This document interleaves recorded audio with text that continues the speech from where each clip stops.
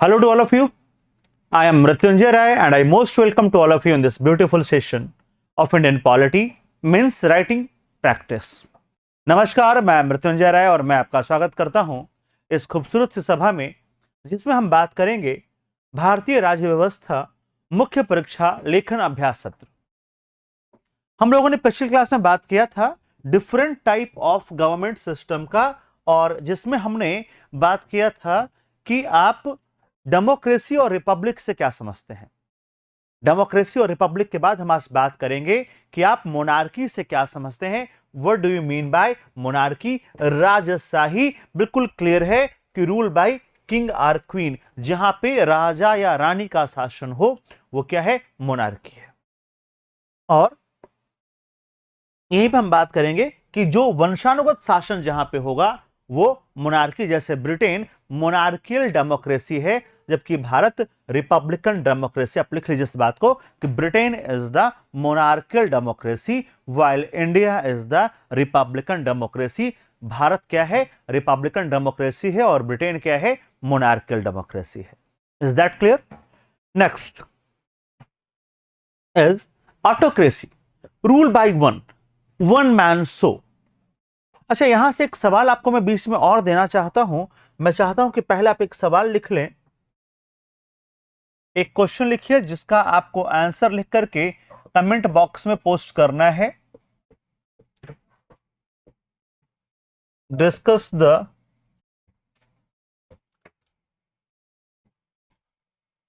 different types of government system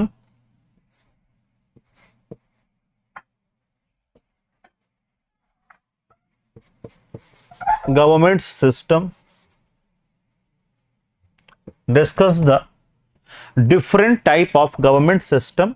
आप अलग अलग प्रकार के गवर्नमेंट सिस्टम की चर्चा कीजिए, उसको डिस्कस कीजिए। Discuss the different types of government system and according to you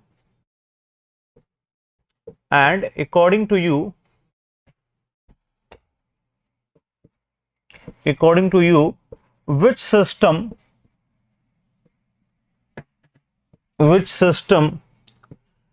seems closer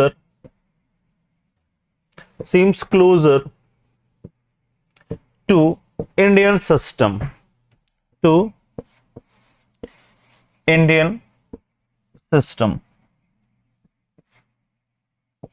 आपको बताना है इसमें कि चर्चा करें कि कौन सा व्यवस्था, कौन सी पद्धति आपके लिए बेहतर है, आपके लिए अच्छी है, कौन सी पद्धति और कौन सी शासन की पद्धतियां हैं, और उसमें से भारत में आपको कौन सा नजर आता है। तो आपको जितने भी सिस्टम्स हैं दुनिया में, democracy, republic, monarchy, autocracy, dictator, plutocracy, aristocracy, mobocracy, mediocracy, meritocracy, gerontocracy, aristocracy, जितने भी हैं आपको वो सब डिस्कस करते हुए बताना है कि आपको कौन कौन सा भारत में दिखाई देता है। तो डेमोक्रेसी और रिपब्लिक तो भारत में दिखता है। अगर आप बात करेंगे मोनार्की का तो आप यहां पे मना भी कर सकते हैं कि हमारे के यहां मोनार्की नहीं दिखता है या हमारे क्या मोनार्की नहीं है, but slightly we could see the rule of heredity, but it's just exception. आपको कुछ जगहों पे वंशवाद दिखाई देगा या वंश का शासन दिखाई देगा, जैसे हमारे उत्तर प्रदेश में एक पार्टी है, वहां पे परिवार, पहले पिता मुख्यमंत्री फिर पुत्र मुख्यमंत्री। देश में भी एक परिवार के लोगों का शासन लंबे समय तक रहा है। ऐसे तमाम राज्य हैं भारत में जहां पे परिवार के मेंबर्स शासन में रहे, पहले पिता फिर पुत्र पुत्री, ऐसा करके वो हम कुछ हद तक वंशानुगत शासन तो देखते हैं, but it's not like the monarchy. आपको डिनाई कर जाना है, बता देना कि हाँ दिखता है स्लाइटली, बट वो मोनार्की नहीं है, वो केवल क्या है? एक फैमिली ट्री दिखाई देती है हमें, उससे ज्यादा वो कुछ भी नहीं है। अब आप बात करते हैं ऑटोक्रेट रूल बाय वन। अच्छा, एक सवाल और आता है कि ऑटोक्रेट्स और डिक्टेटर में क्या अंतर है। ऑटोक्रेट और डिक्टेटर में क्या अंतर है? ये हो गया तानाशाह, ये हो गया तानाशाह। देखिए ऑटोक्रेट में रूल बाय वन है, बट वो रूल ऑफ लॉ भी स्टैब्लिश होगा। क्या होगा? Rule by one with rule of law, with rule of law. विधि के शासन के साथ अगर किसी व्यक्ति का शासन है तो वह निरंकुश शासन है, यानी जब तक शासन में वेलफेयर नेचर है, सॉरी,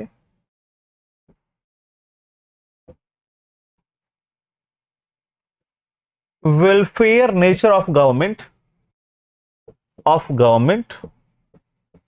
तो वह केवल निरंकुश होगा, वह केवल ऑटोक्रेट होगा। लेकिन जैसे ही वहां से निरंकुशता समाप्त होगी वह तानाशाह हो जाएगा। जैसे ही वहां से निरंकुशता समाप्त होगी वह क्या हो जाएगा? वह शासन व्यवस्था, वह शासन प्रणाली तानाशाही शासन प्रणाली या तानाशाही शासन व्यवस्था में तब्दील हो जाएगा, तानाशाही शासन व्यवस्था में वह कन्वर्ट हो जाएगा। लेकिन यहां पे भी रूल बाय वन तो है, एक व्यक्ति का शासन है, रूल ऑफ वन, लेकिन यहां पे नो स्पेस फॉर लॉ।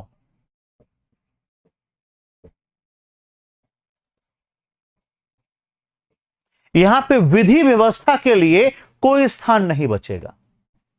जैसे हिटलर क्या था? डिक्टेटर था। उसके क्या विधि व्यवस्था, लॉ एंड ऑर्डर, मोरालिटी, इन सब के लिए, कॉन्स्टिट्यूशन, सबके लिए कोई जगह नहीं था। लेकिन निरंकुश में बहुत सारे शासक आप ले सकते हैं। पंडित जवाहरलाल नेहरू भी कुछ हद तक निरंकुश रहे हैं। लाल बहादुर शास्त्री जी ने पूरा कैबिनेट सेक्रेटरीज को, जितने भी सेक्रेटरी थे डिपार्टमेंट के, सबको पीएमओ में लाकर बिठा दिया था कि यहीं से काम करो। इंदिरा गांधी, नरेंद्र मोदी, ये जो प्रधानमंत्री हुए हमारे देश के, हम इन्हें ऑटोक्रेट कह सकते हैं। और कई बार कड़े फैसले लेने के लिए, कई बार मजबूत फैसलों के लिए हमें ऑटोक्रेसी की थोड़ी आवश्यकता भी होती है। लेकिन इंदिरा जी को इमरजेंसी लगाने के बाद डिक्टेटर भी कहा गया। इंदिरा जी को इमरजेंसी लगाने के बाद लेडी हिटलर भी कहा गया।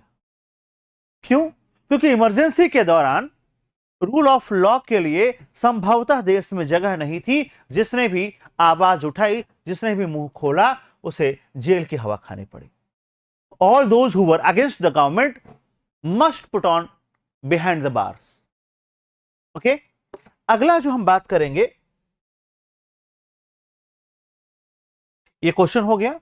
अगला जो हम बात करेंगे वो है plutocracy.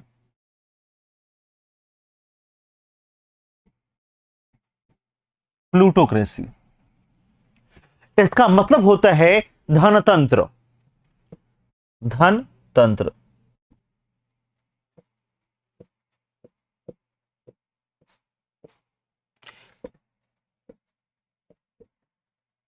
get in power by using money power। ठीक है, बाय यूजिंग मनी, धन का प्रयोग करके सत्ता में शामिल होना, सत्ता में काबिज होना। कैसे? पैसे के दम पे, ये धनतंत्र है।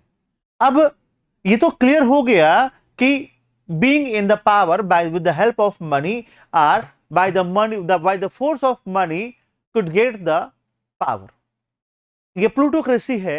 And it seems in India because in all elections there are lots of uses of money or expenditure of Indian elections are so huge expenditure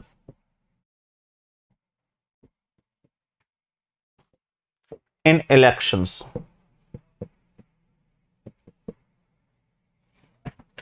आज देखिए, उसके पास, जिसके पास पैसा है, आज उसको आराम से सभी दल टिकट देते हैं, आपको नहीं देंगे। आप अगर जाकर के टिकट मांगना शुरू करें तो आपको जो पार्टीज हैं वह टिकट नहीं देना चाहेंगी या नहीं देना पसंद करेंगी। लेकिन वो लोग जिनके पास सत्ता है उनको टिकट इजीली मिल जाएगा, जिनका पास पैसा है उनको टिकट इजीली मिल जाएगा। तो प्लूटोक्रेसी में हमारे पास धनतंत्र हमको दिखाई देता है, और ये जितना ह्यूज एक्सपेंडिचर है, चाहे वो लोकल पॉलिटिक्स हो, यानी वो ग्राम पंचायत और नगर परिषद के चुनाव हो, नगर पालिका के चुनाव हो, वह विधानसभाओं के चुनाव हो, या वह लोकसभाओं के चुनाव हो, इन सभी चुनावों में आपको धनबल का बड़ा उपयोग दिखाई देता है। इसलिए हमारा व्यवस्था प्लूटोक्रेसी के बहुत नजदीक नजर आती है, आपको यह बात बता देना है। इसके बाद आता है meritocracy.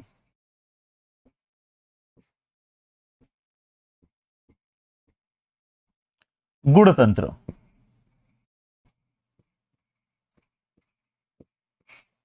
Rule of meritorious people.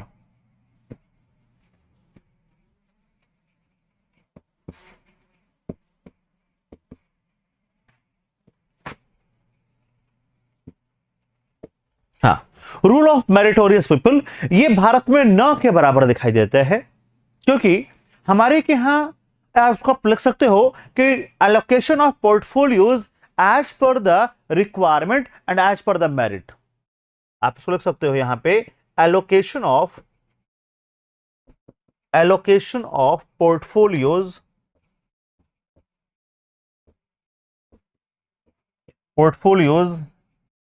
As per the eligibility, as per the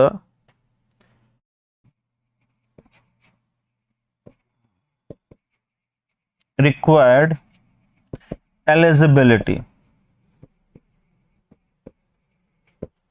ठीक है, क्या कहता है कि जो रिक्वायर्ड एलिजिबिलिटी है उसके अकॉर्डिंग आपको पोर्टफोलियो मिले। फॉर एग्जाम्पल, लॉ मिनिस्टर उसे बनाया जाए जो लंबे समय तक या तो बैरिस्टर रहा हो, या सुप्रीम कोर्ट का जज वज रहा हो, या उसने लॉ के क्षेत्र में कोई महारत हासिल किया हो, कोई डिस्टिंग्विश काम किया हो, या डिस्टिंग्विश ज्यूरिस्ट हो, उसे बनाया जाए।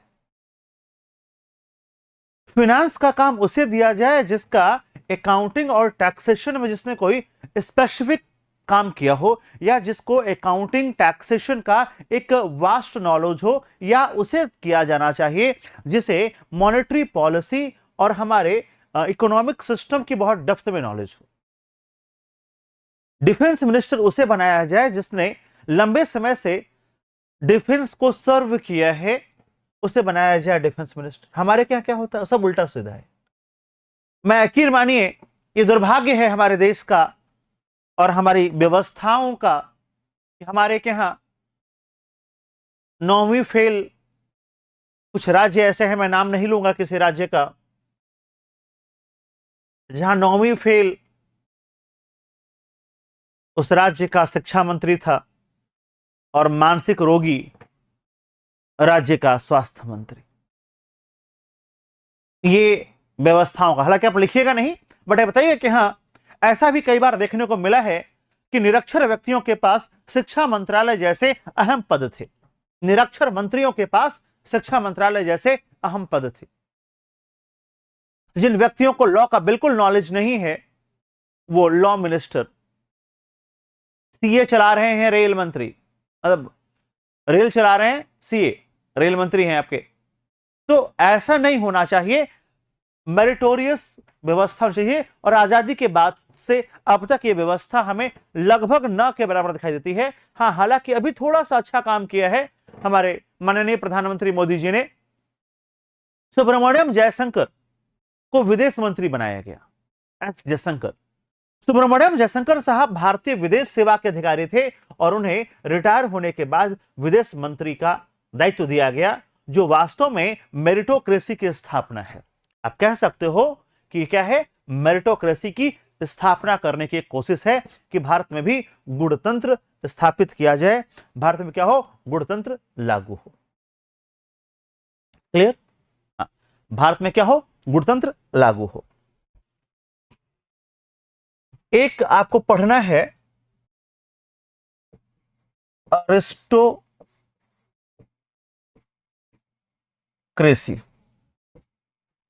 अरिस्टोक्रेसी, अरिस्टोक्रेसी क्या है? देखिए, अरिस्टोक्रेसी अभिजात तंत्र,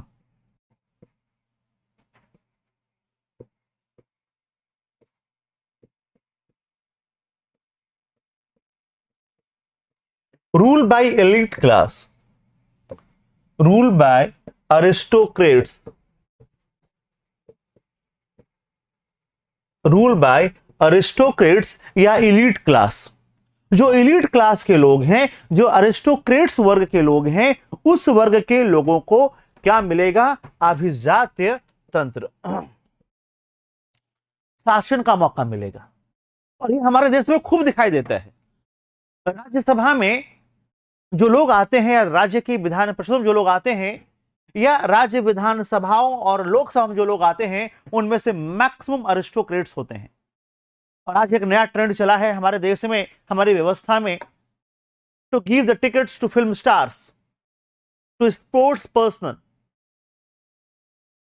एक छोटा सा सवाल है मेरे मन में, और मैं जानना चाहता हूं देश के उन राजनीतिक दलों से कि आप जिस होड़ से, जिस धड़ल्ले से आप फिल्म स्टार्स को टिकट देते हैं लोकसभा के, विधानसभाओं के, तो संसद में देश के लिए काम होगा, देश चलाने की नीतियां बनेंगी, उनको क्रियान्वित करने के लिए स्कीम्स बनेगी, या मनोरंजन होगा? क्या कराना है संसद भवन में? नाच गाना कराना हो, मनोरंजन कराना हो, तो दे आर वेरी गुड। जिस तरह से होड़ मची है फिल्म स्टार को लाने की, और ये किसी एक दल ने नहीं किया है, लगभग मोर और लेस देश के हर दल ने किया है, तो ये अरिस्टोक्रेट्स की जो व्यवस्था है वो आपको हमारे देश में सर्वथा दिखाई देती होगी। रूल ऑफ अरिस्टोक्रेट्स, तमाम फिल्म स्टार्स, मैं नाम किसी का नहीं लूंगा। ऐसा भी हुआ था इस देश में नई लोकसभा के गठन के बाद लोकसभा सदस्यों का शपथ ग्रहण चल रहा था, ओथ सेरेमनी चल रही थी, और हमारे कुछ film stars ad film shoot करने के लिए उस ओथ सेरेमनी को छोड़ करके एड फिल्म शूट करने देश से बाहर गए हुए थे। मैं नाम किसी का नहीं लेता और मैं किसी को छोड़ता भी नहीं, आपको पता है अच्छे से। तो दैट इज द अरिस्टोक्रेसी। अगर आपको वास्तव में संसद से देश का क्रियान्वयन ठीक से हो, देश का शासन का संचालन ठीक से हो, तो उनको दीजिए जो जमीन से जुड़ करके काम किया है इन्होंने। मैं ये नहीं कहता कि film stars are not good, कला और संस्कृति का भी एक महत्व है, लेकिन अब सारी संस्कृतियां संसद भवन में ही दिखाई देंगी, तो बाहर भी कुछ छोड़ दीजिए। पार्टियों में होड़ मची है फिल्म स्टार्स को टिकट देने की। तो ये अरिस्टोक्रेसी है जो हमारे देश में दिखाई देती है। तो मेरिटोक्रेसी, अरिस्टोक्रेसी, ये सब आपको हमारे देश में हर हाल में दिखाई देगा, और जो कि शासन व्यवस्था के लिए अच्छा नहीं है। आइए हम लोग बात करेंगे जेरेंटोक्रेसी।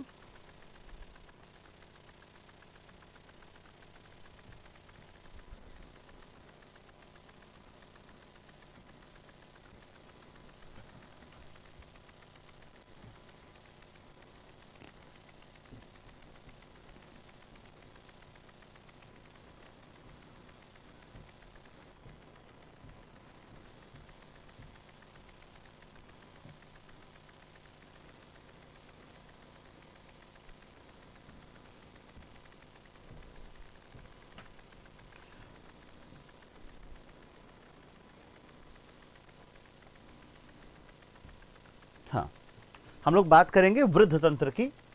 हम लोग बात कर रहे थे कि कौन कौन से तंत्र हैं। तो वृद्ध तंत्र, जेरेंटोक्रेसी। देखिए, वृद्ध तंत्र का मतलब होता है rule by old age people, rule by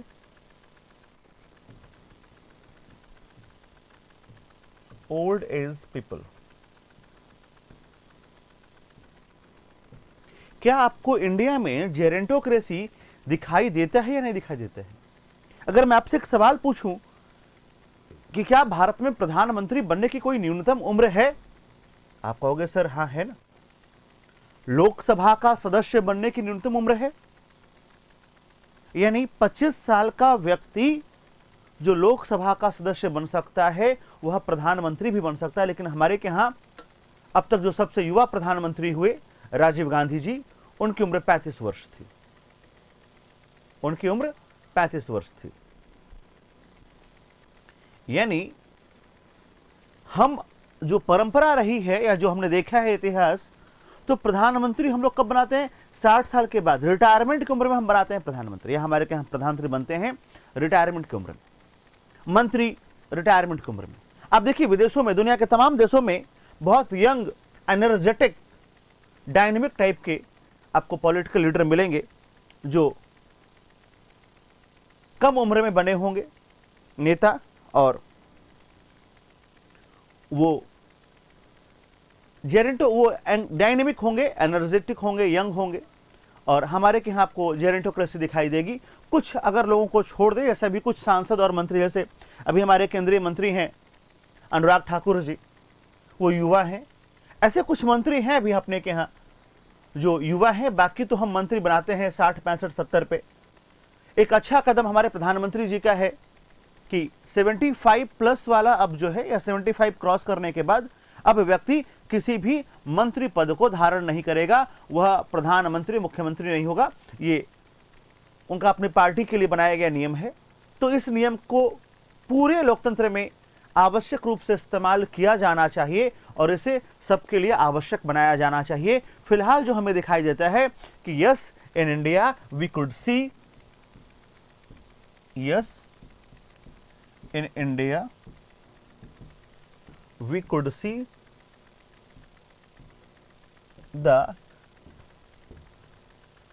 gerontocracy because all the ministers, prime ministers, chief ministers were at the old age. अच्छा, उसके पीछे कुछ वजह तो रही होगी, यूं हवा में हम नहीं बनाते ना, कुछ तो वजह रहा होगा कि क्यों हम हमेशा बुजुर्ग या एक उम्र दराज व्यक्ति ढूंढते हैं। तो पहला होता है एक्सपीरियंस, राजनीतिक अनुभव, राजनीतिक जिम्मेदारियों का निर्वहन करने का अनुभव होना अति आवश्यक है। और इसीलिए हम जो है प्रेफर करते हैं कि थोड़ा उम्रदराज व्यक्ति क्या बने? प्रधानमंत्री बने।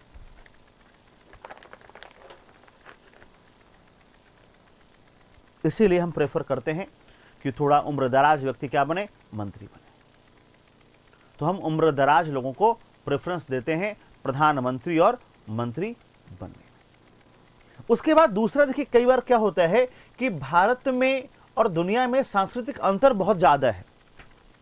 हमारे के यहाँ प्रधानमंत्री जो है बहुत ज्यादा, या मुख्यमंत्री या मंत्री बहुत ज्यादा सम्मान के पद हैं, दुनिया में भी है। लेकिन वहां पे क्या है कि शादी, विवाह, तलाक, अफेयर्स, एक्स्ट्रा मैरिटल अफेयर्स, इनको बड़ा लाइटली लेते हैं। कि हमारे के यहाँ ये सारी चीज़ें बहुत संगीन रूप से ली जाती हैं, इसका भी प्रभाव पड़ता है। मान लीजिए कि आपने बना दिया 30 साल का, 25 साल का, 28 साल का मुख्यमंत्री या प्रधानमंत्री, और अखबार की हेडलाइन कि भारत के प्रधानमंत्री मुगल गार्डन में डेट पर पाए गए, तो जनता इसे कभी एक्सेप्ट नहीं करेगी। इसीलिए हम चाहते हैं कि व्यक्ति जब इन सांस्कृतिक गतिविधियों से ऊपर उठ चुका हो, उस समय उसे हम ऐसी महत्वपूर्ण सार्वजनिक जिम्मेदारियां दें, सार्वजनिक पदों पर बिठाएं। अब देखिए, जिम्बाब्वे के राष्ट्रपति ने 6ठी बार शादी की, राष्ट्रपति रहते हुए शादी किया। आप दुनिया में तमाम जगहों पर सुनते होंगे एक्स्ट्रा मैरिटल अफेयर्स, वैश्विक नेताओं के बारे में, विवाह, विच्छेद, तलाक। तो भारत में यह सब एक्सेप्टेबल नहीं है। The citizen of India, the masses will never accept these type of activities from the side of our leaders. तो इसलिए भी हमारे के यहाँ जेरेंटोक्रेसी कुछ हद तक एक मजबूरी के रूप में देखा जाता है। जेरेंटोक्रेसी के बाद हम लोग बात करेंगे मॉबोक्रेसी, भीड़ तंत्र।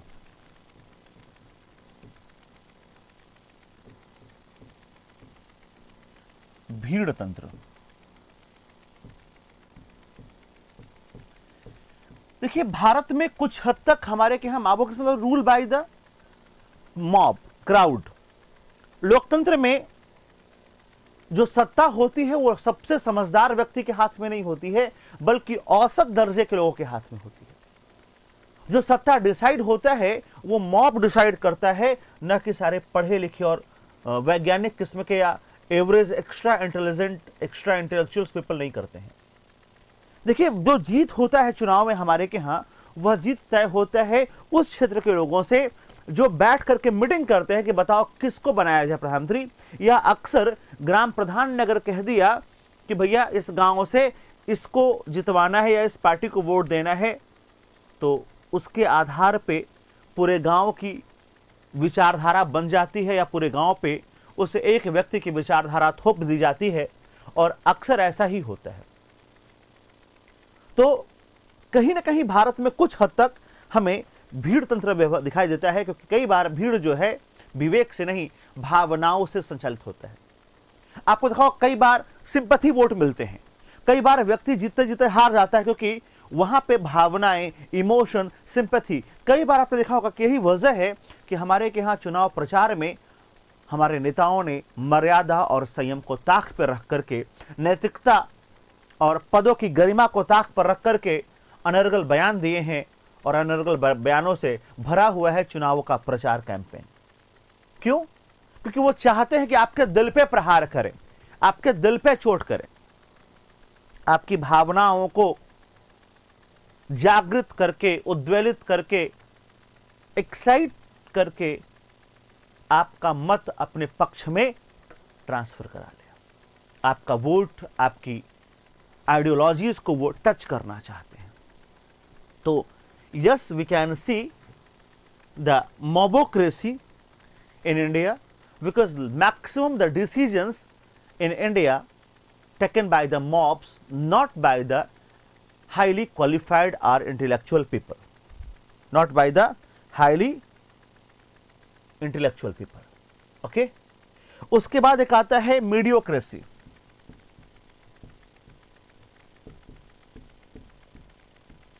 औसत तंत्र।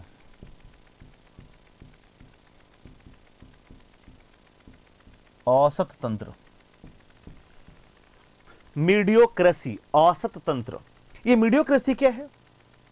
मीडियोक्रेसी का मतलब ये होता है कि जहां पर सब नहीं बल्कि औसत दर्जे का व्यवहार हो, और औसत दर्जे के लोग ही या औसतन जो लोग हैं वह जो है लोकतंत्र में प्रभावी रहते हैं। आप देखिए, आपके लोकतंत्र में हमेशा औसत दर्जे का व्यक्ति जो वाक्पटु होगा, जो वाक कुशल होगा, वो क्या होगा? वह सत्ता पालेगा या वह सफल रहेगा, क्योंकि हमारे यहाँ क्या है? मीडियोक्रेसी है। ठीक है। हाँ, तो यहां पे भी कहने का मतलब वही है कि सत्ता उनके पास होगी जो अपनी वाक्पटुता से जनता को प्रभावित कर लेंगे। लिख लीजिए, अपनी वाक्पटुता से जनता को प्रभावित कर लेंगे। जनता को प्रभावित कर लेंगे। ठीक है, वो उनके हाथ में सत्ता होगी और ये लोग बनाएंगे मीडियोक्रेसी। ये लोग क्या बनाएंगे? मीडियोक्रेसी। ठीक है। एक और आता है थियोक्रेसी। एक और तंत्र है अगला, वह है थियोक्रेसी।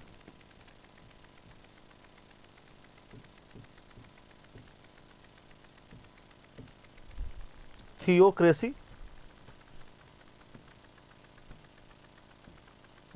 ठीक है। अब ये थियोक्रेसी क्या होता है? धर्मतंत्र। धर्मतंत्र, it means rule of religion और रूल ऑफ रिलीजियस टेक्स्ट और रिलीजियस पीपल। तो रूल ऑफ रिलीजन,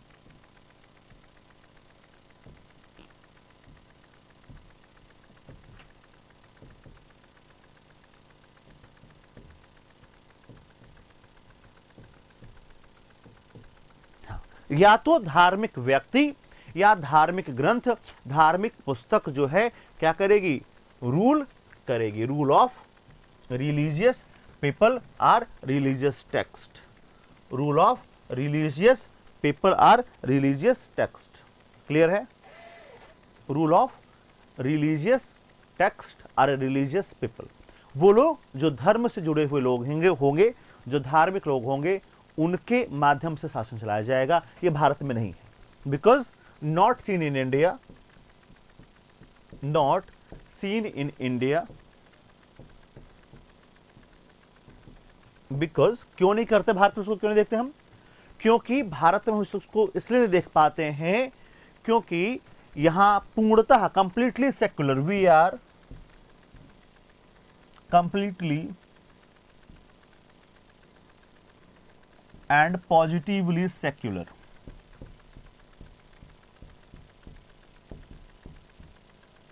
पॉजिटिवली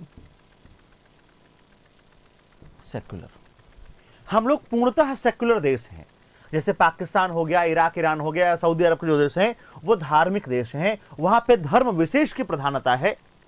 कुछ ऐसे देश हैं जो गैर धार्मिक, हम लोग धार्मिक देश नहीं है, हम लोग हैं तो सेक्युलर, हम लोग हैं धर्मनिरपेक्ष, पंथ निरपेक्ष, लेकिन हम पॉजिटिवली धर्मनिरपेक्ष या पंथ निरपेक्ष हैं। न हम चाइना है, न हम रसिया है, और न तो हम पाकिस्तान, इराक ईरान, सऊदी अरब है। वहां पे धर्म विशेष की तानाशाही है या धर्म विशेष की सत्ता है। वहां पे राज्य का जो कानून होगा, the law of state must be guided by the religion. लिख लीजिए इस बात को कि धर्मतंत्र में क्या होगा, law of state, law of state must be guided by, must be guided by, the law of state must be guided by religion। ठीक है, तो ये एक तंत्र है जिसको हम लोग कहते हैं क्या, थियोक्रेसी, धर्मतंत्र। ठीक है, तो हम लोगों ने लगभग बहुत सारी बातें कर ली हैं, एक सिर्फ बचा है कॉन्स्टिट्यूशनलिज्म। एक तंत्र बचा है सिर्फ, वह है संविधानवाद, constitutionalism.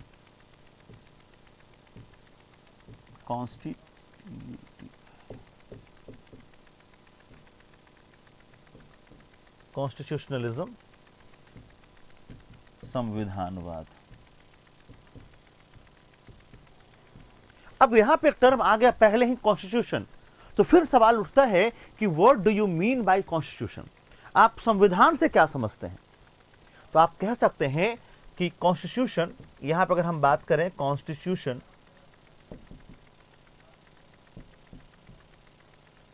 Constitution means fundamental law,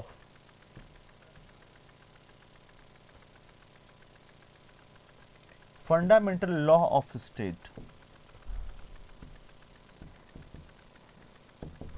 fundamental law of state, राज्य का फंडामेंटल लॉ, राज्य का जो मौलिक कानून है, जो मूलभूत कानून है, वो वहां का कॉन्स्टिट्यूशन है। अब कॉन्स्टिट्यूशनलिज्म क्या होगा? In any state where the constitution is supreme. Constitutionalism का मतलब होता है एनी स्टेट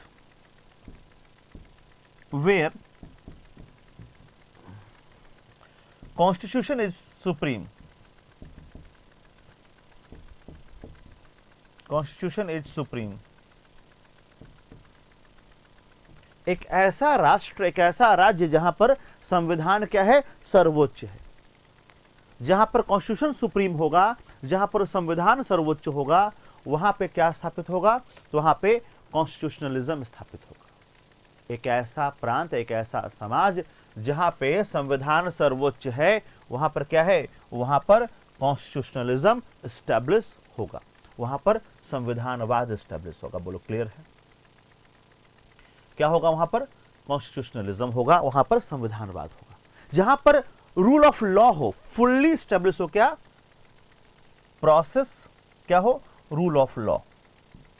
जहां पर विधि का शासन हो, जहां पर संविधान से परे कोई शक्ति न हो, चाहे वो राष्ट्रपति हो, चाहे वो प्रधानमंत्री हो, चाहे कोई कितना भी बड़ा अमीर आदमी क्यों न हो, अगर ऐसे कोई सरकार या ऐसा कोई राज्य है, ऐसा कोई देश है जहां पर कोई भी सत्ता, कोई भी व्यक्ति, कोई भी पद, कोई भी इंडिविजुअल एंटिटी संविधान से ऊपर न हो, विधि से ऊपर न हो, लॉ से ऊपर न हो, वहां पर कॉन्स्टिट्यूशनलिज्म होता है। और इंडिया में यह है, भारत में यह है। भारत में कोई भी व्यक्ति हो, कोई भी पद हो, कोई भी सत्ता हो, वह संविधान से ऊपर नहीं है, वह रूल ऑफ लॉ के अधीन आएगी, चाहे वो कोई कितना भी बड़ा ताकतवर व्यक्ति क्यों ना हो। ठीक है, तो यहां पे हम लोग बात कर रहे थे कि आपको बताना था यहां तक कि भारत दुनिया में कौन कौन से शासन की विधियां स्थापित हैं, कौन कौन से दुनिया में शासन की विधियां हैं और उनमें से भारत में कौन सी विधि लागू है। ठीक है, तो ये मेंस की सीरीज में दूसरा प्रश्न यहां पे कंप्लीट हुआ है और आप लोग इस क्वेश्चन को कमेंट करके मुझे बताएंगे। Is that clear? So please do comment for the question. आप इस क्वेश्चन को कमेंट करके मुझे बताइए कि क्वेश्चन आपको कैसा लगा या आपने इस क्वेश्चन को कैसे लिखा है, कैसे आप लिखेंगे, आप कमेंट करके बताइएगा, मैं उसको चेक करूंगा। ठीक है, so please must post your answer by clicking a image और आप उसको कमेंट बॉक्स में अपलोड कीजिए। ठीक है, तो अभी के लिए ही तक ये क्वेश्चन समाप्त हुआ। हम लोग फिर नेक्स्ट क्वेश्चन के साथ जल्दी ही आपसे मिलेंगे। तब तक के लिए धन्यवाद। जय Hind. And please do like, comment and share. जितना ज़्यादा से ज़्यादा आप लोग शेयर कर सकते हैं कीजिए, कमेंट कीजिए और आप बताइए मुझे कि क्या हम लोग लाइव आ सकते हैं यूट्यूब पे, क्या हम लोग लाइव स्ट्रीमिंग कर सकते हैं। आपके कमेंट ही अगले बैच या अगले क्लास या अगले वीडियो की दशा और दिशा को तय करेंगे। सो प्लीज़ मस्ट से कि हम लोग को आगे और क्या करना चाहिए। ठीक है, थैंक यू सो मच। जय हिंद।